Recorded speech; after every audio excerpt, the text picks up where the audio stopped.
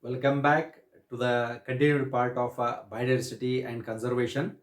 In this class, we are going to study regarding the comparative account of invertebrate animals, vertebrates, and plants throughout the world. The total number of species which are discovered till now, as we have studied in the previous class, is 1.5 million species which have been already discovered and described. Now, today, how many total number of species out of these, how many invertebrates, how many vertebrates, and how many plant species have been discovered? Let's look at that part along with a pie chart. Okay, so continue with the biodiversity and conservation.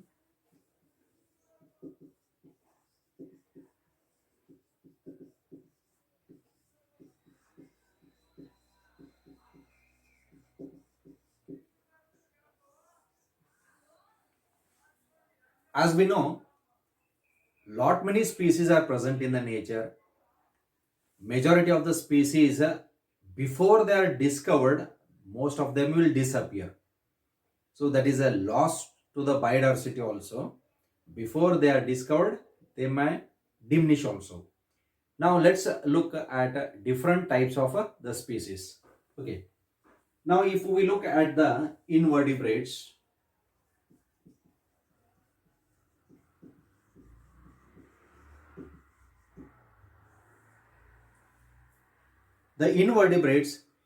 it starts with the first phylum called as phylum Porifera, then Coelenterata. After that, we'll continue with the up to Echinodermata. So almost if we look at these 9 phylums, in these 9 phylums, how the organisms are divided and distributed. Okay, so out of these, in the invertebrates, if we look at the pie chart, in this we can easily observe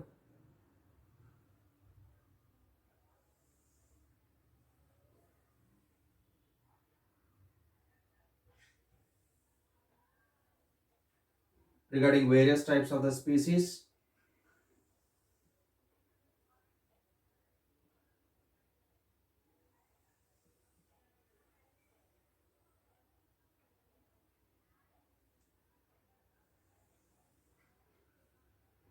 Look at this species here. Now here it includes insects. Then this side it includes molluscans.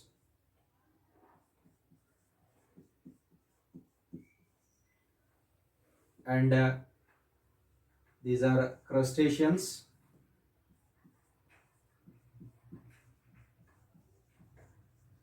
These are other animal groups.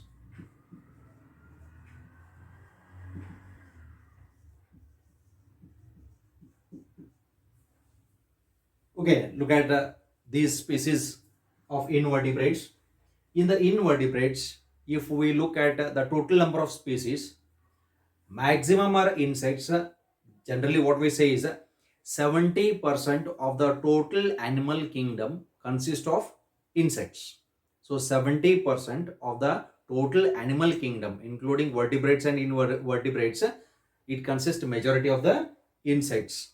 And what we say is 70% of the animal population is of insects, because already we know in the previous year, phylum Arthropoda is the biggest phylum in the world, and out of that, class Insecta is the biggest class in the world, as it includes varied and varieties of species. So that's why insects forms the majority of the population of the animals. Then after comes the molluscans. Now these molluscans or the shelled animals, it comprises less than that of the insects. Then comes crustaceans. Then comes other animal groups. Other animal groups includes Coelenterata, then Platyhelminthes, Aschelminthes, then Annelida, Arthropoda, Mollusca, Echinodermata, excluding Mollusca because we have taken molluscans here. So other animal groups, invertebrate animal groups are included in this part. So that's why the percentage of insects is 70%, and rest of the 30% of the invertebrates makes up the rest of the part of the invertebrate animals. Then after this, if we take the vertebrates,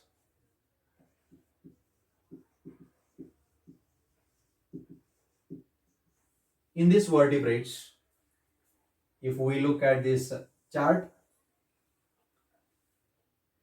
in this almost 50% of the animals are of fishes. Then comes amphibia, reptilia, aves, and mammalia.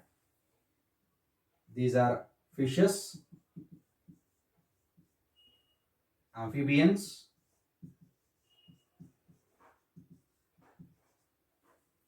this is reptiles, this is aves, this is mammals. Okay, now look at the animal species in the vertebrates. So vertebrates, almost 50% of these vertebrates includes fishes. Rest of the 50% is by the rest of the classes. Now already we know fishes, it comes under the superclass Pisces. Then comes amphibians, reptiles, aves, mammals. Out of these 50%, almost amphibians and mammals are of same. Their percentage is almost same. Reptiles is a little bit more than the amphibians, and aves, it is a more than the rest of the classes. Okay, that means apart from fishes, the next highest vertebrate animals is of birds or aves. Okay, so this is regarding the part of the vertebrates. Then comes the plants. So next part is the plants. Now if we look at the plants, now in these plants, almost we have various different types of species that we observe in the plants. It includes most major organisms. Okay, now this side we have fungi, and the other side it includes angiosperms. The other side it includes the angiosperms. Okay, now if we compare, okay, just have a comparative look over this.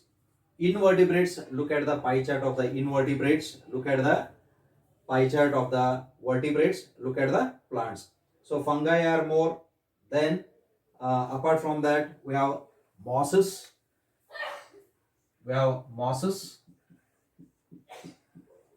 ferns, and alleles. So ferns and alleles, their percentage is a little bit less while compared to that of the fungi as well as the angiosperms. Then in the next group we have algae and lichens. We include various groups like algae as well as the lichens. So here we have the algae, this side we have lichens. And if we look at the percentage of these, almost algae is more than the lichens. Okay, so algae, it is more than the lichens if we look in terms of percentage. Now this is how we can differentiate between invertebrates, vertebrates as well as the plants. Now especially in the invertebrates, which is the highest animal present in the invertebrates? Yes, it is the insects. What is the percentage of insects present in the world? 70%. Remember, 70%. 70% of the world population is of insects only out of the entire populations, including invertebrates, vertebrates as well as the plant population. Okay, then this is highest. In case of the invertebrates, insects is highest. In case of vertebrates, fish population is more, it is higher than the rest of the classes. Then if we look at the plants, fungi, it comprises around 40% of the total species, and angiosperms, flowering plants, it consists of around 40% of the total number of species. Then we have algae, its percentage is less, and we have lichens, and we know lichens are the pollution indicators of the nature. So lichens is there, algae is there. Now algae is their species, it's a little bit more, as we know, green algae, brown algae, red algae. And in these we have different types of algae. Different names are there, different species are there, which already you have studied in the class 11 previous year. Okay. Then look at the next one, mosses, which are included under bryophytes. Their number is also more, as it consists of sphagnum, funaria. Okay, and apart from that, it also includes other examples. Then ferns and alleles. Ferns, it belongs to pteridophytes, and along with that, even the other class of the plants belongs to this percentage of the species richness. Now here the chart which we are showing, this is regarding the total number of species richness with respect to invertebrates, with respect to vertebrates, and with respect to the plants. This is not in terms of the population, this is in terms of the species richness. Okay, so these charts are of most important, which will be asked for the exams. And here even as far as your CET part is concerned, your NEET part is concerned, these pie diagrams will be asked. Along with that, they will be marked with A, B, C and D. You have to identify the names of these ABCD groups. Okay, so that's why remember these charts, which is of most important, at most important also. Okay, then if we compare the plants with that of the insects, insects comprises around 70% of the world population. If we compare to the plants like algae, fungi, pteridophytes, gymnosperms, angiosperms, if we compare all these, they include only around 22% of the world population in terms of species richness. That means 70% of the world population is of insects, and not more than 22% is of a plant species. Okay, it makes a lot of difference. That means a huge number of insects are present in the nature. Then with this, we have different points with respect to these species richness, and those points, let's look at them one by one. Okay, let's look at the characters of the species which are present in the nature. Now if we look at these characters, let's look at them one by one.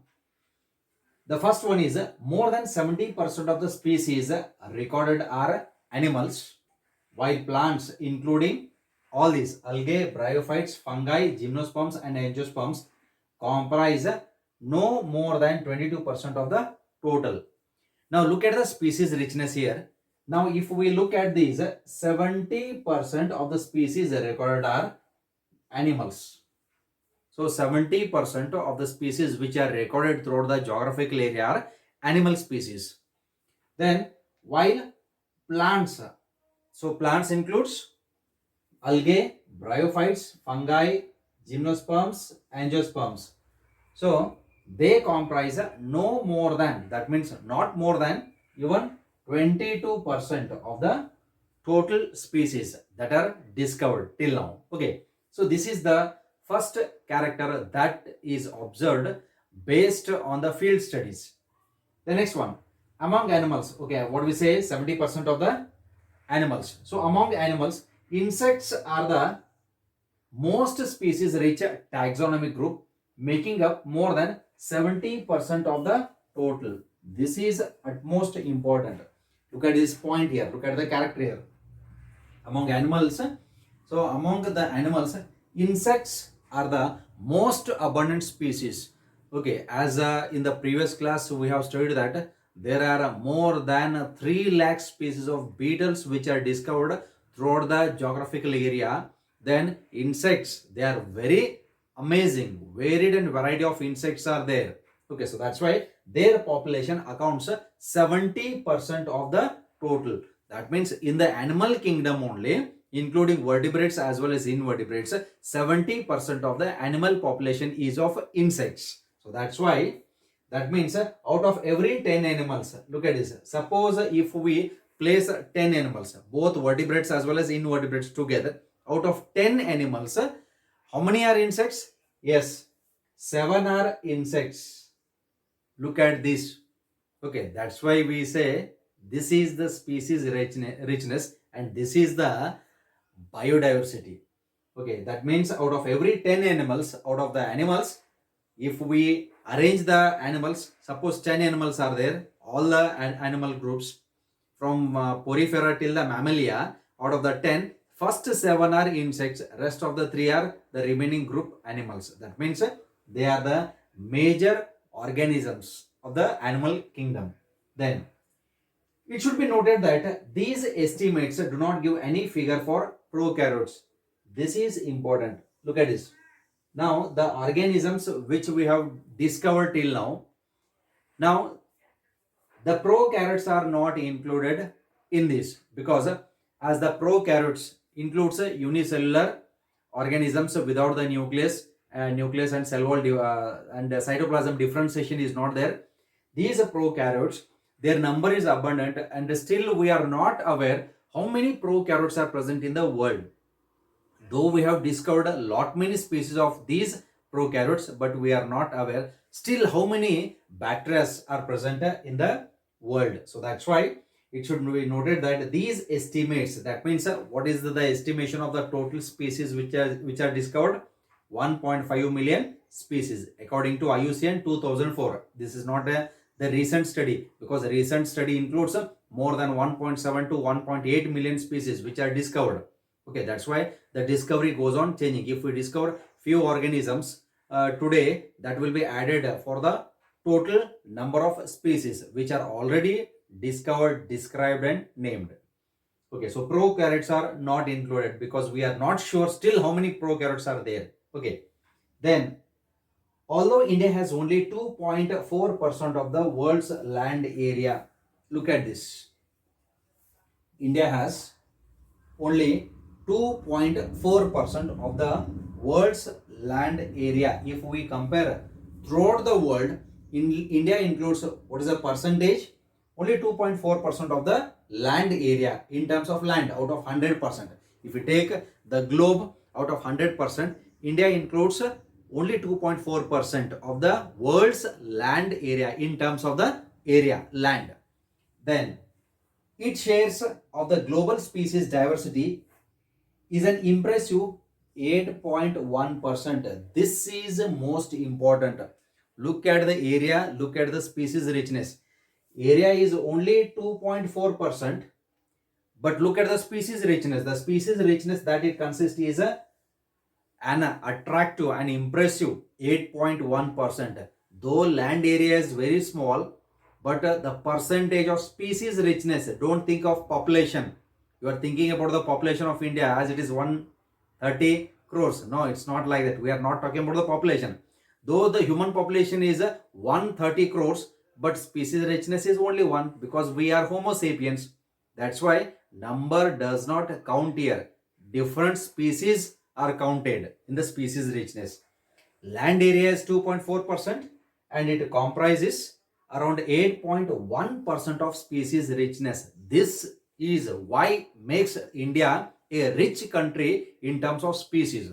Lot of species are present in the nature, because the climatic condition is in such a way that majority of the species are living here, because India also comes under the tropical areas where the climatic condition is suitable for survival of a majority of the organisms. Okay, so that's why this point is most important. Mark it. This is the most important statement for the theory also, and an objective question will be framed for this, even for the competitive exams also. Okay, let's go to the next point. That is what makes our country one of the 12 mega diversity countries of the world. So India is one among the 12 mega diversity. Mega diversity means in terms of species richness. So there are around 12 countries. Out of that, India is one of the 12 mega diversity in terms of species richness. Okay, that makes India as rich in terms of species. Okay, so with this, let's move on to the next point. So nearly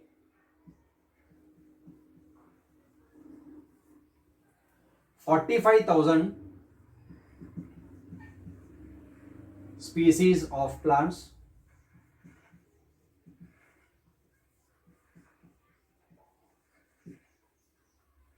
and twice as many of animals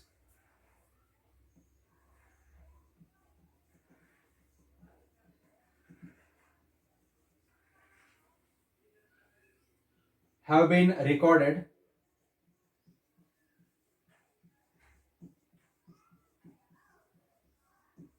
so far.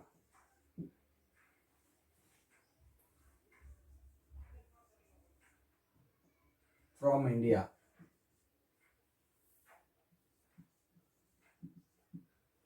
Okay, now look at these species.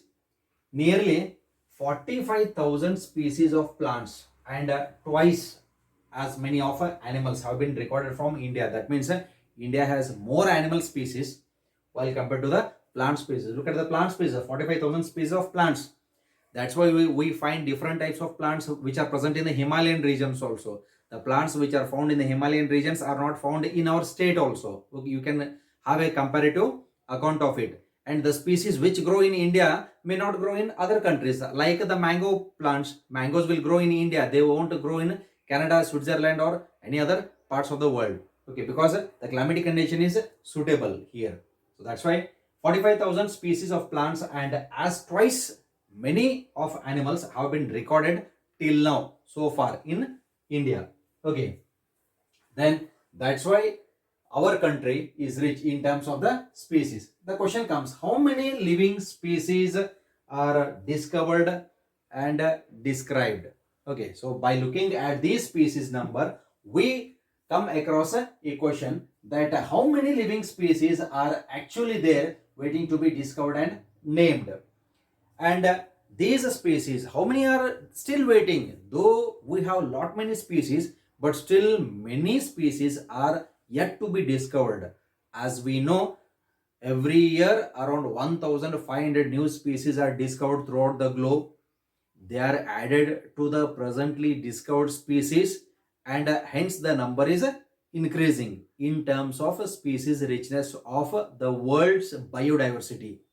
So if we are discovering so many species, we come across a question that there are many species in the nature which gets eroded, which gets death, which gets extinct before we discover them. So that will be a question in the minds of a biodiversity person. So that's why what we say is if we accept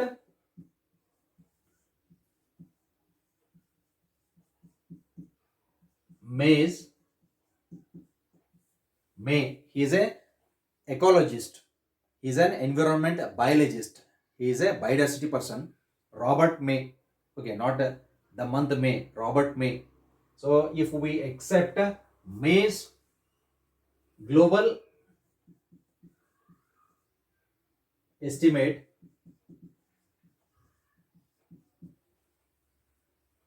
only 22% of the total species, only 22% of the total species have been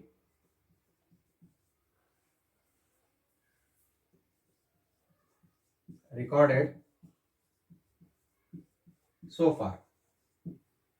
Now, according to Robert May, what he says that May's global estimates only 22% of the total species which are recorded. That means 1.5 million species which are discovered according to IUCN 2004. Till that part, we have discovered only 22% of the total species of the world. Look at the species yet to be discovered. That's why he says the total number of species in the world might be around 7 million species.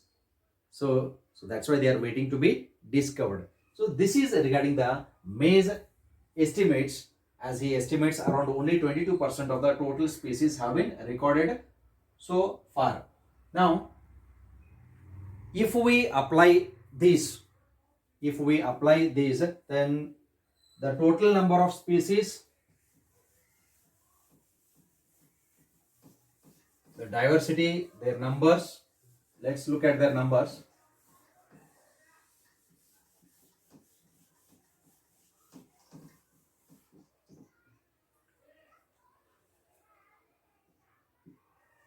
So applying this proportion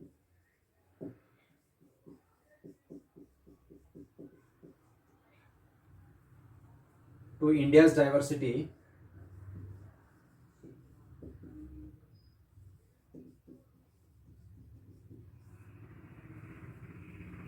figures, we estimate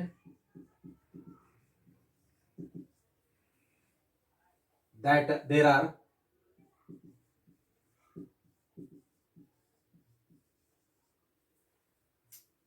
probably more than 1 lakh plant species,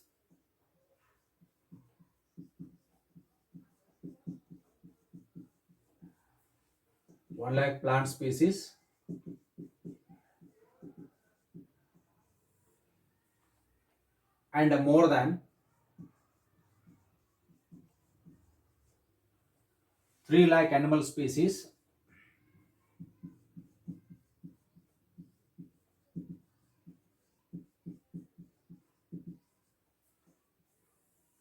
yet to be discovered.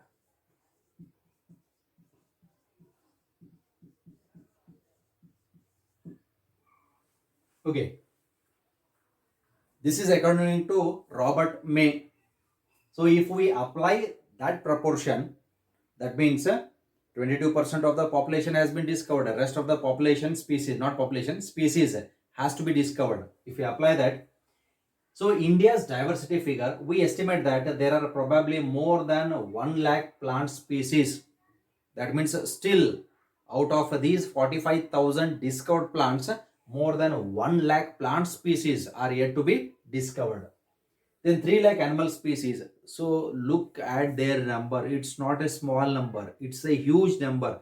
3 lakh different species of animals are yet to be discovered.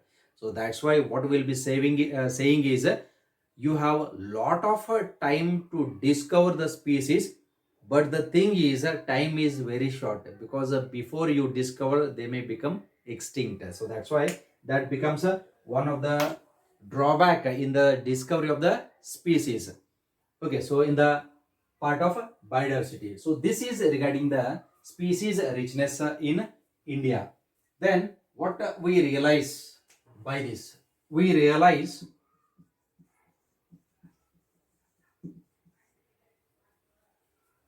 that a large fraction of these species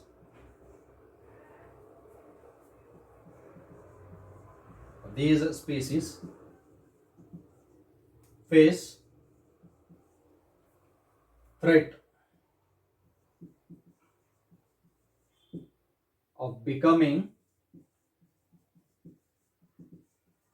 extinct.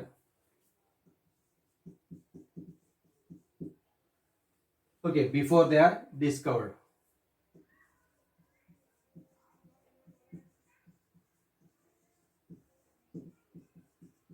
So before they are discovered, that means maximum number of species before their discovery, they may become extinct. We may not come to know that such type of species may be existing in this world, and we may come to know based on the fossil study in the future. As we know, dinosaurs were there in the Jurassic period and in the Mesozoic era. how we came to know that based on the fossil study, majority of the organisms which are present today may become extinct before their discovery, and if they become extinct, then we may identify them in the form of fossils. Okay, so this is an prediction of an biodiversity person.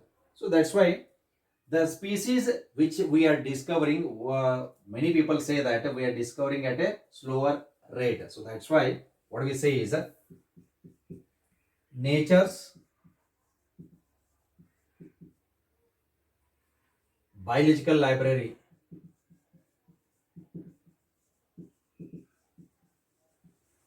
we call it as a nature's biological library is burning even before we catalog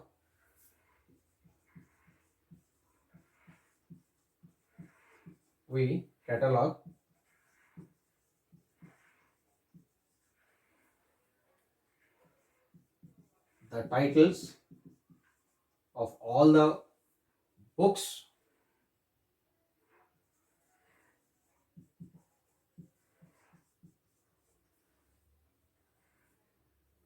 stocked.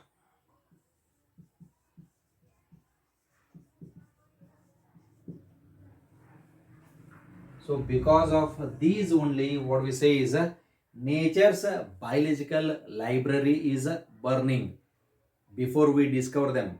That means the species which are present in the nature, they are becoming extinct before we discover them. That means nature's library, biological library is burning. That means they are becoming extinct before we discover them. So that's why if they are discovered at a faster rate, we'll come to know that these many species are existing in this world, and if they are undiscovered, then it is a big loss to the biodiversity.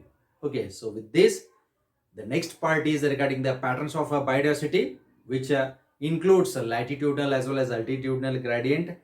Those patterns of biodiversity we are going to study in the coming class.